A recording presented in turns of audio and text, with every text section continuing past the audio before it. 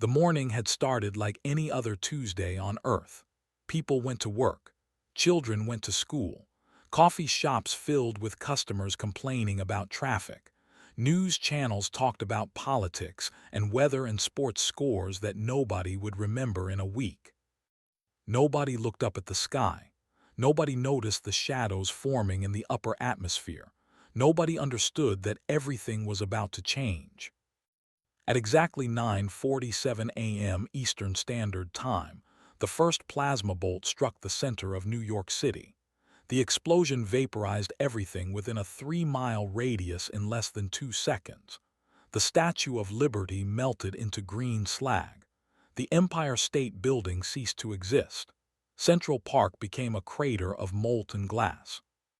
12 million people died before they could even understand what was happening.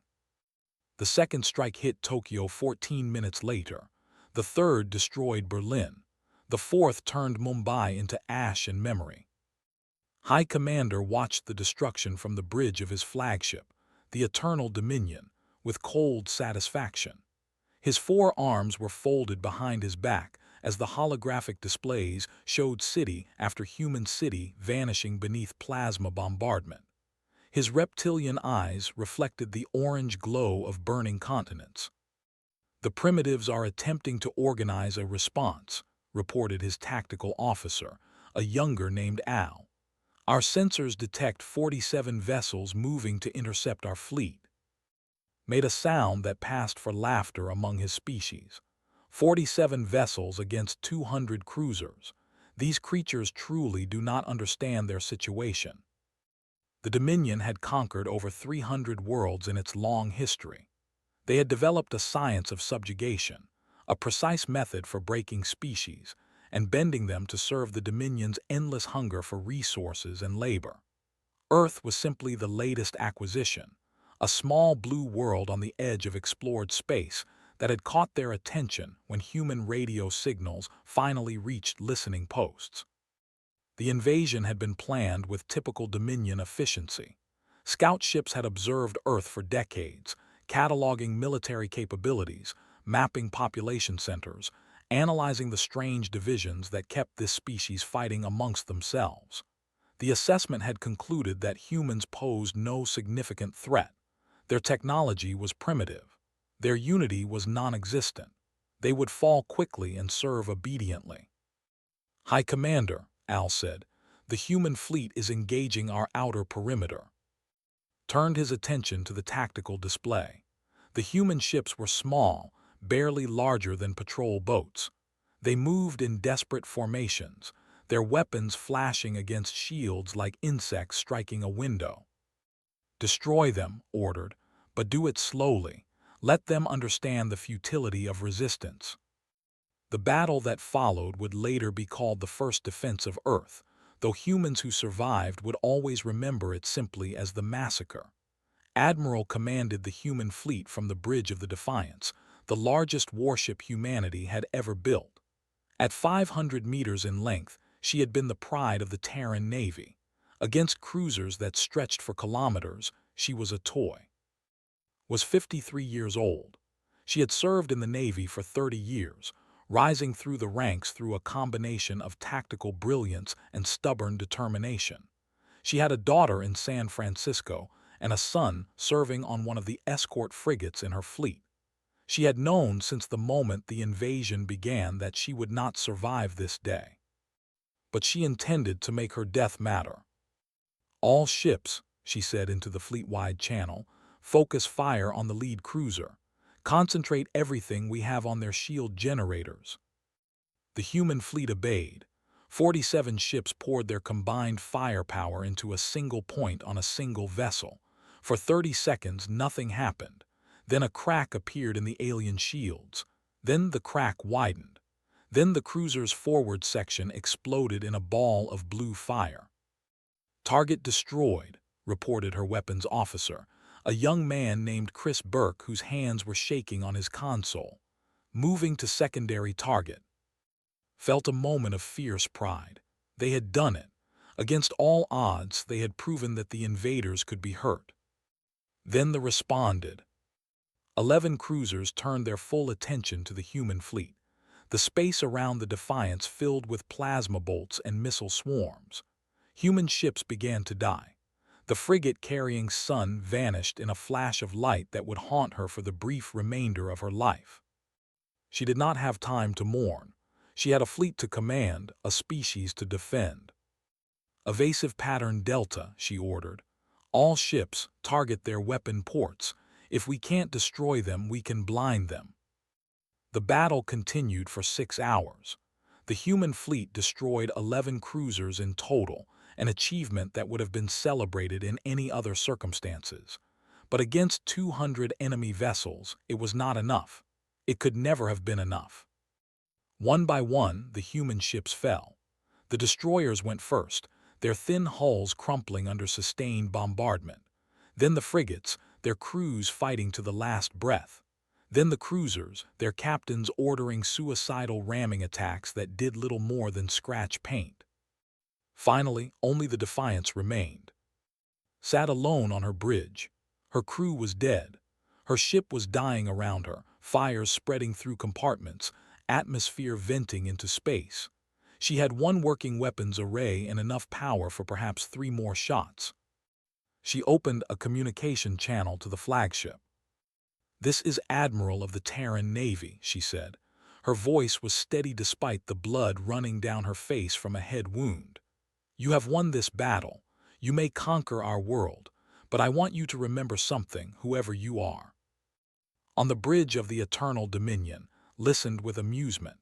The human female's image flickered on his display, her small features twisted with defiance that bordered on absurdity. "You've made a mistake you cannot comprehend," continued. "Humanity does not surrender. Humanity does not forget. And one day, when you least expect it, we will make you pay for what you've done." She fired her last 3 shots at the Eternal Dominion. They did no damage, but they demonstrated something that should have paid more attention to. Even in defeat, even in death, humans kept fighting. The Defiance exploded. Admiral became a memory, a martyr, a legend. The invasion of Earth continued without further resistance. On the surface, the occupation began immediately.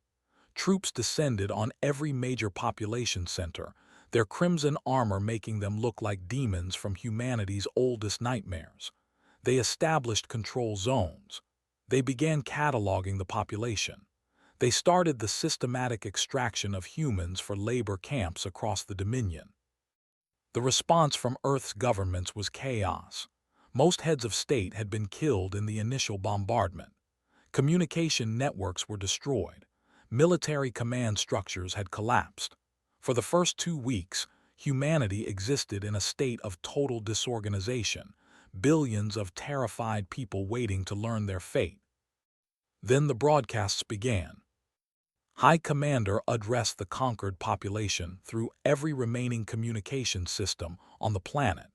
His image appeared on television screens, computer monitors, and smartphones.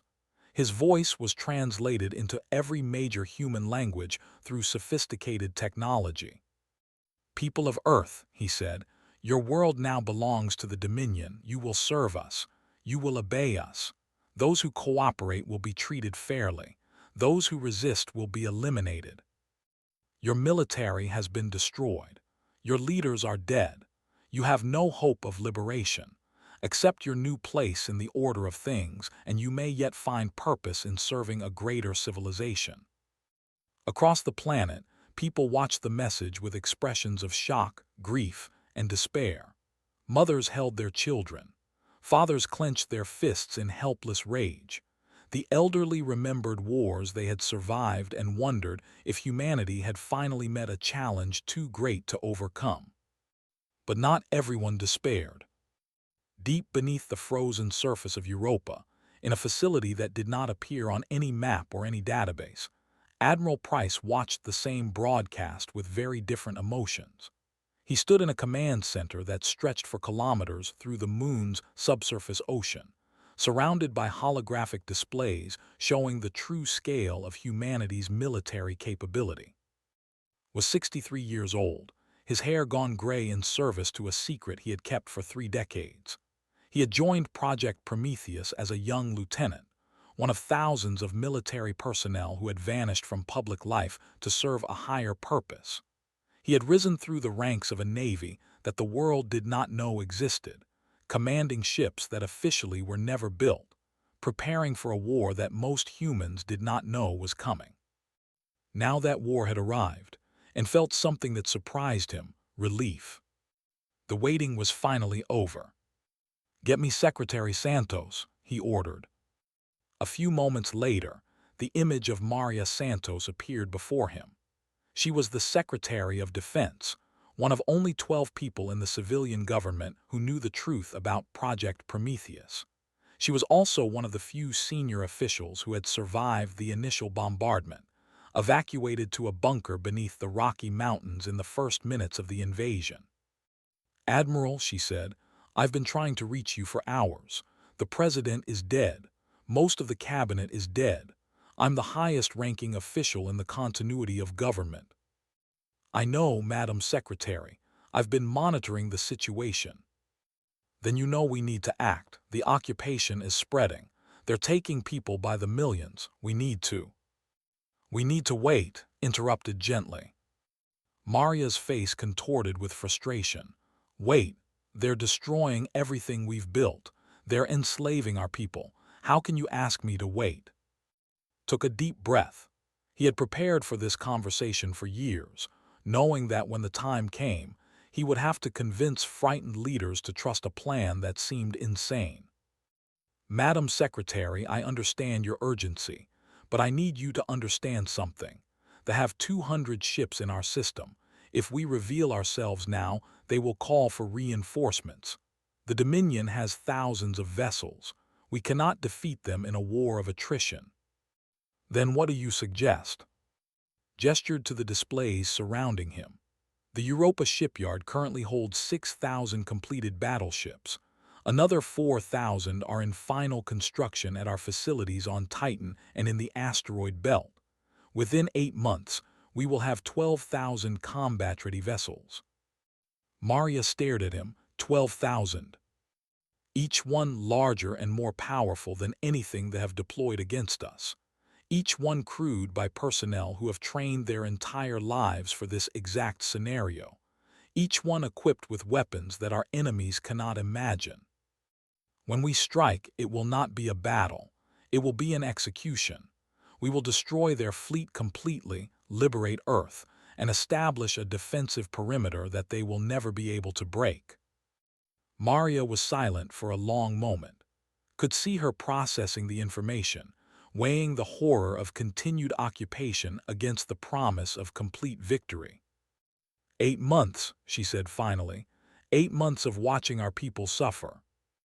Yes, and I wish I could offer a faster solution.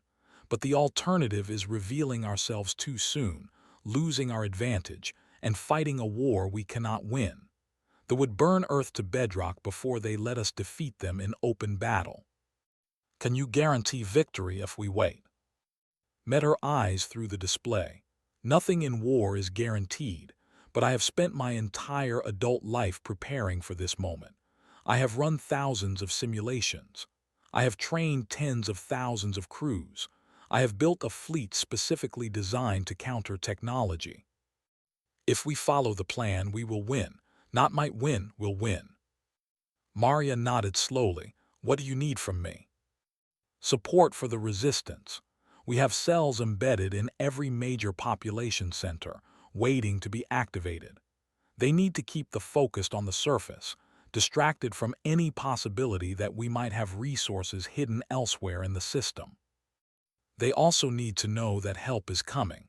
They need hope, even if they don't know the details.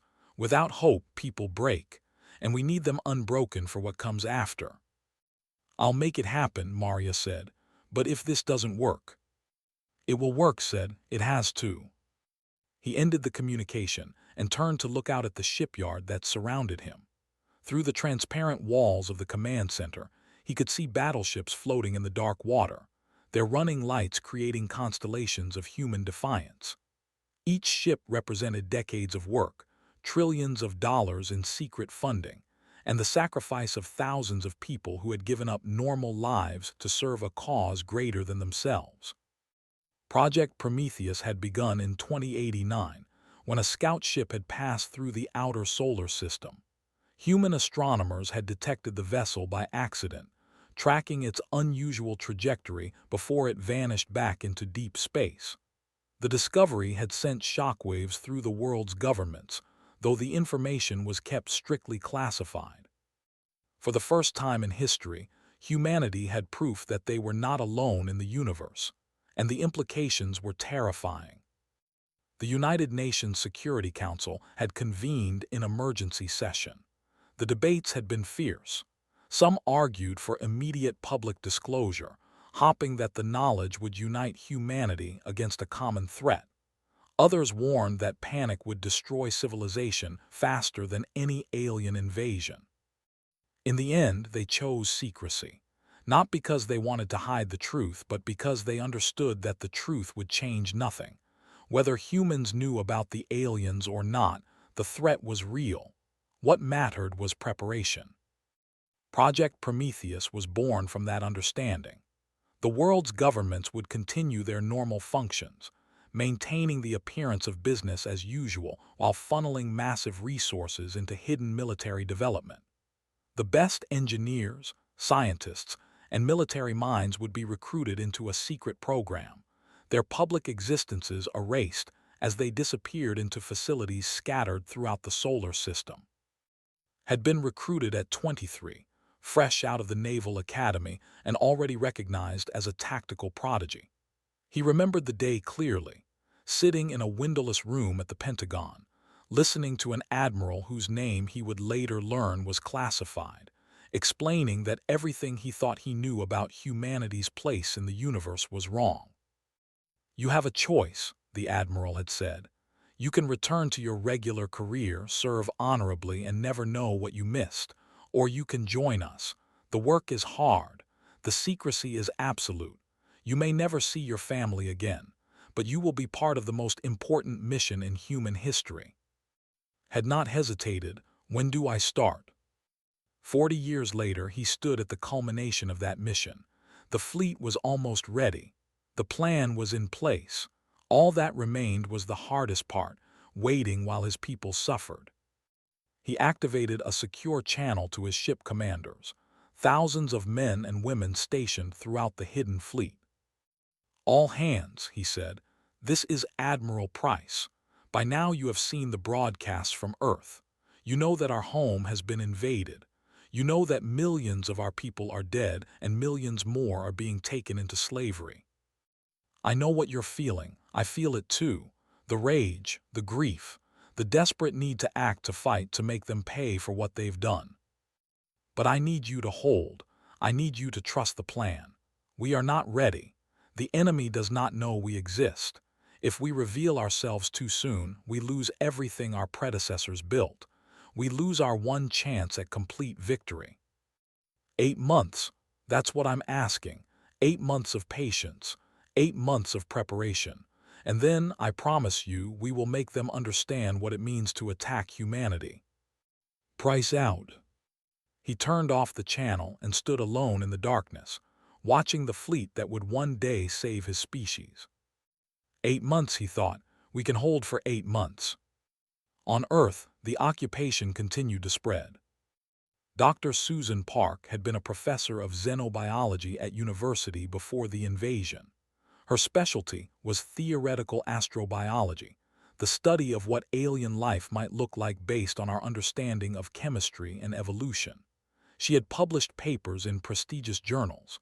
She had given lectures at international conferences. She had spent her career imagining what first contact might be like. She had never imagined it would look like this. Susan crouched in the ruins of a shopping mall in what had once been suburban Chicago. Around her, 15 other survivors huddled in the darkness, their faces illuminated only by the faint glow of emergency lights that still flickered in some sections of the building. They had been hiding here for 3 days, surviving on water from broken pipes and food scavenged from destroyed stores. "We need to move," whispered a man named Greg Collins. He was a former high school teacher, his glasses cracked and his clothes stained with dust and dried blood. The patrols are getting closer. They'll find us eventually. Move where? Asked an elderly woman named. She had been a librarian before the invasion. Now she held a kitchen knife in her trembling hands, determined to fight if the aliens found them. They're everywhere. The whole city is under occupation. Susan had been thinking about this problem since they had gone into hiding. She had been observing the patrol patterns, analyzing their behavior, looking for weaknesses that might be exploited. The scientist in her refused to give up, refused to accept that the situation was hopeless. I've been watching them, she said. The patrols follow predictable routes. They check the same areas at the same times. They're systematic, but they're also arrogant. They don't expect resistance. Greg frowned. So what? Even if we can predict where they'll be, we can't fight them. Have you seen their weapons, their armor? We don't need to fight them, Susan replied. We need to avoid them, and we need to connect with others who are doing the same thing. She pulled out a small radio that she had salvaged from an electronics store. I've been monitoring frequencies. There are other groups out there, other survivors who are organizing. They're calling themselves the Resistance. Snorted, Resistance. Against that. She gestured vaguely upward, toward the alien ships that hung in Earth's sky like permanent reminders of defeat. It's not about winning, Susan said. Not yet. It's about surviving. It's about keeping hope alive. And it's about making sure that when help arrives, there are still humans left to save. Help? Greg asked. What help? You heard the broadcast. Our military is destroyed. There's no one coming. Susan met his eyes steadily. Her sister, Dr. Park, had disappeared 15 years ago. The official story was that she had died in a research accident. But Susan had received coded messages over the years, brief communications that suggested was alive and working on something important. The last message had arrived 2 days before the invasion. Don't give up hope. We're coming. Susan had no way to know what her sister meant. She had no proof that salvation was on its way. But she believed, with a faith that went beyond evidence, that humanity was not as defeated as it appeared. I know things look hopeless, she said. I know we've lost everything we thought we understood about our place in the universe. But I also know that humans have faced impossible odds before. We've survived ice ages and plagues and world wars. We've rebuilt after every disaster. We've never stopped fighting. She looked at each face in the small group. I don't know if help is coming. I don't know if there's some secret plan that will save us, but I know that we have a choice right now. We can give up, let them take us, spend the rest of our lives as slaves in some alien labor camp, or we can fight. We can resist. We can make them earn every inch of this planet. I choose to fight. Who's with me? For a long moment, no one spoke. Then Greg Collins stood up. His hands were shaking, but his voice was steady. I'm with you, he said. I don't know if it'll make a difference, but I'd rather die fighting than live as a slave. One by one, the others stood. A young couple named and a teenager named Danny Torres who had lost his entire family in the Tokyo bombardment. A construction worker named Pete whose massive frame seemed ready to tear apart with his bare hands. 15 people, it wasn't much, but it was a start. Okay, Susan said. First thing we need to do is make contact with the other resistance cells. Then we need to learn everything we can about our enemy, their technology, their tactics, their weaknesses. And then asked. Susan smiled grimly. Then we make their occupation as difficult as possible. We can't beat them in a straight fight, but we can be thorns in their side. We can disrupt their operations. We can give them reasons to fear the dark corners of the world they think they've conquered. Over the following weeks, Susan's small group grew. They connected with other survivors, shared resources and intelligence, developed a network of safe houses and communication protocols. They learned to move through the ruins of Chicago like ghosts, avoiding patrols and documenting everything they observed. Susan became something she had never imagined, a resistance leader. Her scientific training helped her analyze behavior and technology. Her natural authority helped her coordinate actions across multiple cells. Her stubborn refusal to accept defeat inspired others to keep fighting even when victory seemed impossible. 3 months into the occupation, her cell launched its first offensive operation. The target was a transport convoy moving human prisoners toward a processing center on the outskirts of the city. Intelligence suggested that several hundred people were being held in the transports, scheduled for shipment off-world to labor camps throughout the Dominion. Susan positioned her fighters in the ruins of an overpass that the convoy would have to pass beneath. They had spent weeks scavenging weapons from destroyed military bases and abandoned police stations. They had even managed to capture a few plasma rifles from patrols that had wandered into carefully prepared ambushes. "Remember," she said to her fighters as they waited in position, "we hit fast, we hit hard, and we disappear before they can respond. Our goal is to free those prisoners. Nothing else matters." Danny Torres crouched beside her. At 19 years old, he had become one of her most reliable fighters. The loss of his family had forged him into something hard and determined, a young man who had nothing left to lose and everything to prove. "What if they send reinforcements?" he asked. "Then we retreat. We don't engage superior forces. We're not trying to win the war tonight. We're just trying to save some lives."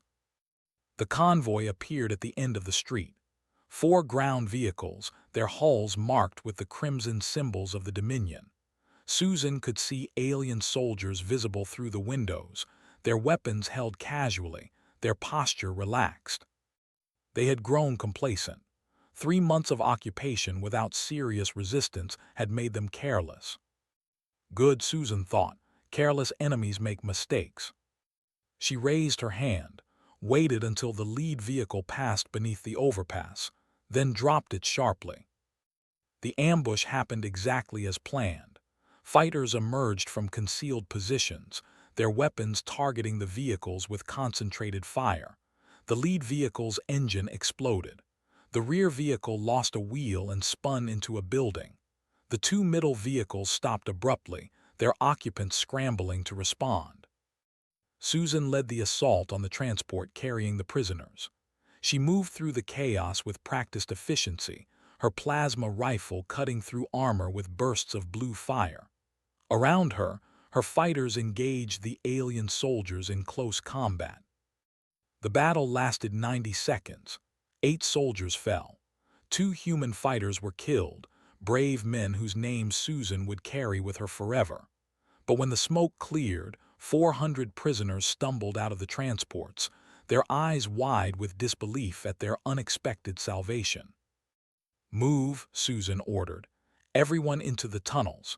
We have maybe 10 minutes before their response teams arrive." The prisoners followed without question, guided by resistance fighters who knew every hidden path through the city's underground infrastructure. Susan stayed behind with a small team to cover the retreat, watching for any sign of pursuit. "We did it," Danny said. He was bleeding from a cut on his arm but smiling widely. "We actually did it." Susan allowed herself a moment of satisfaction. "We saved 400 people today. That matters, but this is just the beginning. They'll be more careful now, more aggressive. We've shown them that humans won't be conquered easily." "Isn't that dangerous?" asked a woman named Rachel West, one of the newer recruits. "Yes," Susan admitted, "but it's necessary. We need to keep them focused on us, on the ground resistance. We need to make them think that surface insurgency is the only threat they face." Rachel frowned. "Why?" Susan thought about her sister's message. "Because I think there's something else going on, something bigger than us. And whatever it is, it needs time. We're buying that time with blood and fire." She did not know how right she was. Far above Earth, aboard the Eternal Dominion, High Commander studied reports of the convoy attack with growing irritation. This was the 15th significant resistance action in the past month, part of a pattern of increasingly bold operations across the planet. "They're becoming better organized," observed his intelligence officer, a named who had spent decades studying conquered species. "Their tactics show adaptation and learning. They're studying us, finding our weaknesses." "They are insects," growled, "annoying but insignificant." "Perhaps, High Commander, but insects can carry disease. This resistance is spreading, inspiring populations in other regions. If we don't crush it soon, it could become a serious problem." Turned to face his officer. "What do you recommend?" "Increased patrols, public executions of captured resistance fighters, collective punishment for communities that harbor them, the standard protocols for suppressing insurgency." "Very well, implement your recommendations. I want this resistance crushed within 2 months." Abode, "Yes, High Commander, there is one other matter." "Speaker." "Our scouts have detected unusual activity in the outer system. Thermal signatures in the Jupiter and Saturn regions that don't match any known natural phenomena." Dismissed the concern with a wave of his upper arms. "Probably residual heat from their primitive mining operations. The humans had some minor industrial presence in the outer system before we arrived." "Yes, High Commander, but the signatures seem too concentrated for mining facilities. I recommend we send a patrol to investigate." Considered for a moment. His resources were stretched thin managing the occupation and suppressing resistance. Every ship he sent to the outer system was one less ship available for operations on Earth. "No," he decided, "we cannot afford to chase shadows. Our priority is the subjugation of this world. The outer system can wait until the population is fully." "As you command, High Commander." It was a decision that would haunt for the rest of his life. If he had sent that patrol, if he had investigated those thermal signatures, he might have discovered the truth before it was too late. But arrogance is a luxury that conquerors often indulge. They had won too many easy victories to imagine that this primitive species might pose any real threat. They had catalogued Earth's military capabilities, counted their pathetic little fleet, and calculated that humanity was already defeated. They had not calculated the possibility that they were only seeing what humanity wanted them to see. 6 months after the invasion, the resistance had grown from scattered cells into a coordinated network spanning every continent. Dr. Susan Park had become one of its most effective leaders, her cell responsible for dozens of successful operations that had freed thousands of prisoners and disrupted operations across the Midwest. But the cost was rising, the occupation was intensifying, reprisals were becoming more brutal. For every life saved, 2 more were lost. The mathematics of resistance were not favorable. Susan stood in the basement of an abandoned warehouse, surrounded by her most trusted fighters. They had lost 3 more people in the past week, killed in an ambush that had nearly captured Susan herself. The faces around her showed exhaustion, grief, and the first signs of despair. "We can't keep going like this," said Pete. The big man had become one of Susan's most reliable lieutenants, but even his resolve was weakening. "We're losing more people than we're saving. Eventually they'll hunt us all down." "What's the alternative?" Susan asked. "Surrender, you know what happens to captured resistance fighters." "Maybe we should go underground, hide, wait for things to change."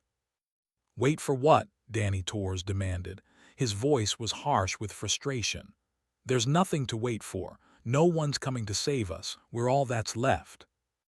Susan took a deep breath. She had protected the secret of her sister's message for months, unsure whether it was real hope or just a dying woman's fantasy.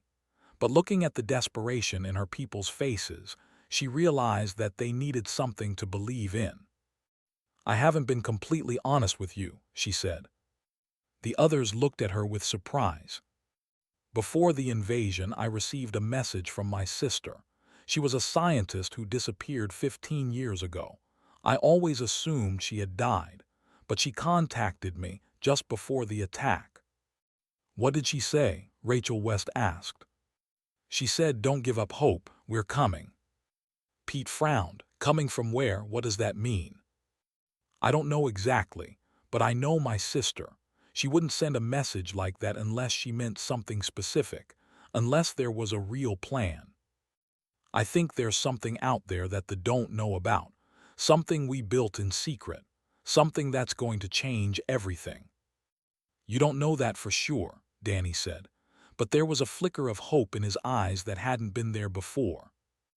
No, Susan admitted, but I believe it, and I think that's what we're fighting for, not just survival, not just resistance. We're buying time for whatever's coming.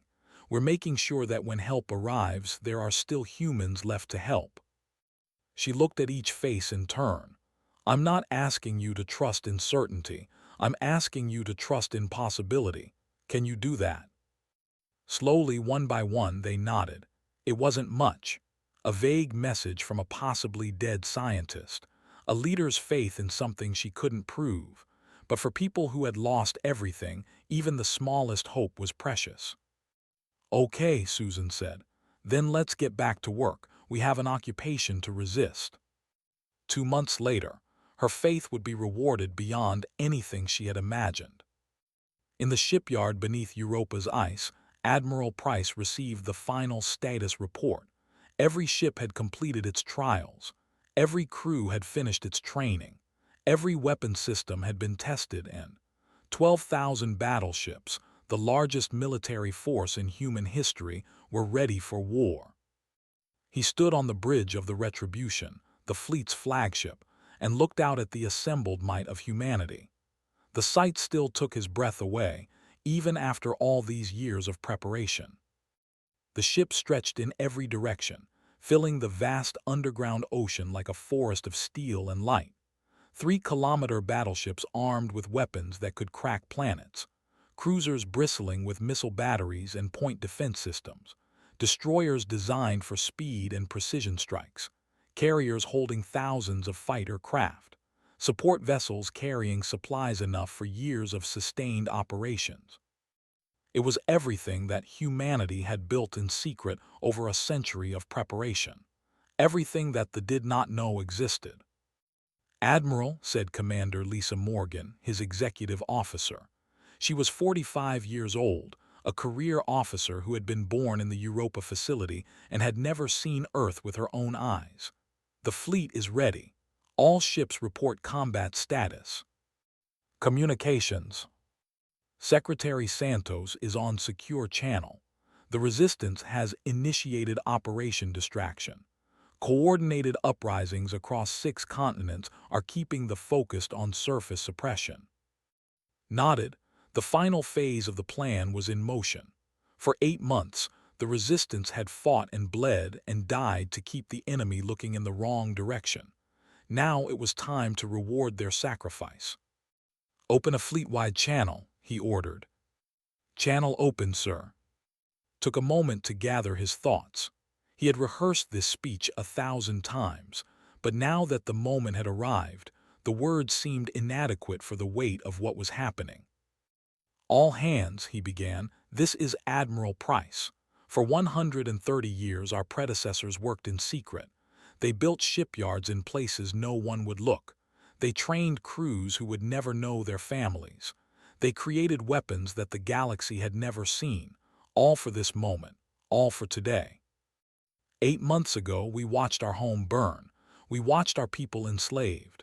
We waited because we had to wait, because the plan required patience, because victory demanded sacrifice. The waiting is over.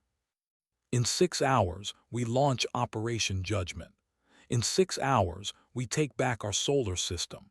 In 6 hours, we remind the Dominion and every other power in this galaxy what happens when you underestimate humanity. I won't lie to you. Some of us will die today. War always demands blood. But I promise you this, our deaths will have meaning. Our sacrifice will purchase freedom for our entire species. To your stations, battle formations, we launch at 600 hours. For Earth, for humanity, let's go bring our people home. The channel closed. Around him, the bridge crew worked with quiet efficiency, each person focused on their role in the coming battle. Felt a hand on his shoulder and turned to find Lisa Morgan standing beside him. "Sir," she said quietly, "I just wanted you to know, whatever happens today, it's been an honor serving under you." Smiled, "The honor is mine, Commander. Now let's go make history." 6 hours later, Operation Judgment began. The Terran fleet emerged from behind Jupiter in perfect battle formation. 12,000 ships, their weapons charged, their shields raised, their course set directly for Earth. They moved with a precision that spoke of decades of training, a coordination that reflected years of simulated battles. On Earth, the Resistance fighters looked up at the sky and saw something that made them weep with joy. Thousands of new stars had appeared, moving steadily closer, their formation unmistakable. Help had arrived. On the bridge of the Eternal Dominion, High Commander received the news with disbelief. "That's impossible," he said, staring at the sensor displays that showed the approaching fleet. "They only had 47 ships, our intelligence confirmed." "High Commander," his tactical officer interrupted, voice trembling, "we're counting over 12,000 vessels. Capital ships, heavy cruisers, carriers, it's an armada." Felt something he had not experienced in decades of military service: fear. "Contact the Dominion," he ordered. "Request immediate reinforcement." "Already done, sir. Even at maximum speed, reinforcements won't arrive for 3 weeks. 3 weeks? Against 12,000 enemy ships with only 200 vessels under his command. The mathematics were catastrophic. The communication system crackled. A human face appeared on every display in the fleet. A gray-haired man in a military uniform, his expression calm and utterly without mercy. "This is Admiral Price of the Terran Unified Fleet," the human said. "You have 1 hour to begin evacuation of all occupation forces from Earth and the solar system. Any vessel remaining after that deadline will be destroyed without mercy or exception." "You thought Earth wouldn't strike back. You were wrong." The transmission ended. Stood frozen, trying to process the impossible situation. Around him, his officers looked to him for guidance, for orders, for some plan that could save them from destruction. He had none to give. The pride that had carried him through 300 years of military service demanded defiance. The tactical reality demanded surrender, and somewhere between those two poles found himself paralyzed. "All ships," he finally managed, "prepare for combat. We will not surrender to these primitives." It was the last order he would ever give as a fleet commander. The Battle of Saul lasted 3 hours. It was not a battle in any meaningful sense. It was an execution. Admiral Price divided his fleet into 6 battle groups, each larger than the entire occupation force. Battle Group Alpha targeted the orbital defense platforms. Battle Groups Beta through Delta established a containment perimeter, ensuring nothing escaped. Battle Groups Epsilon and Omega, led by the Retribution herself, drove straight into the heart of the enemy formation. They fought with desperate courage. They had been conquerors unaccustomed to defeat, unable to accept the reversal of their fortunes. Their ships charged into the human formations, plasma weapons blazing, crews screaming war cries that their translators converted into meaningless static. But courage could not bridge the gap in numbers. Skill could not compensate for the disparity in firepower. The cruisers, so terrifying when they had descended on an unprepared Earth, now seemed small and fragile against the Terran battleships. Price watched the battle from the Retribution's bridge with grim satisfaction. Every destroyed ship was revenge for the millions who had died in the initial bombardment. Every burning hull was justice for the prisoners shipped to alien labor camps. Every silent wreck was a message to the Dominion that humanity was no longer prey. "Target their flagship," he ordered. "Disable, don't destroy. I want their commander alive." Lisa Morgan relayed the order. The Retribution's main guns swiveled toward the Eternal Dominion, their targeting systems calculating firing solutions that would cripple without killing. The shots were perfect. One struck the flagship's engine section, destroying its ability to maneuver. Another took out its main weapons array. A third disabled its shields, leaving it helpless in space. "Sir," Lisa reported, "the enemy flagship is crippled. Life signs indicate survivors on board." "Hail them." A moment later, his face appeared on the display. The High Commander's reptilian features showed something had never expected to see in a despair. "High Commander," said calmly, "your fleet is destroyed. Your occupation is ended. You will order all remaining forces to surrender immediately, or we will begin systematic elimination of every alien presence in this system."